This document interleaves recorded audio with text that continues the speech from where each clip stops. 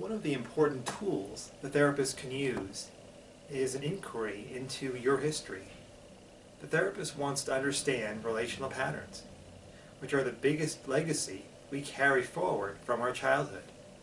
Relational patterns determine how we feel when we're in relationship with other people.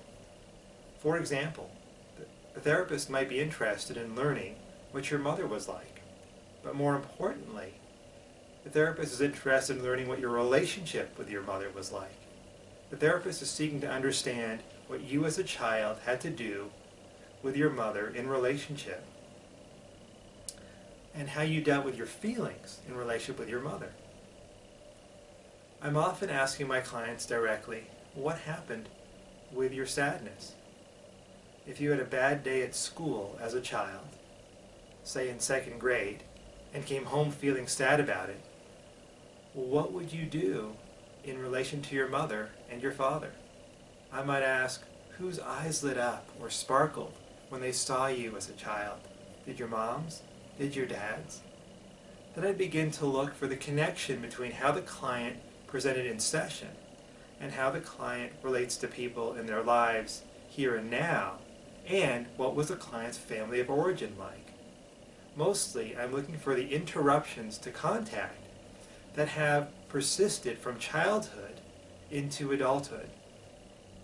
As I begin to understand the client and what they learned that inhibits their natural self in relationship, I now want to work on resolving what we call the transference in everyday life. One way I might help the client get resolution is through the empty chair. Here, what I want the client to do is to be able to go back in time and experience the feelings and the relational needs that could never be expressed or talked about in childhood.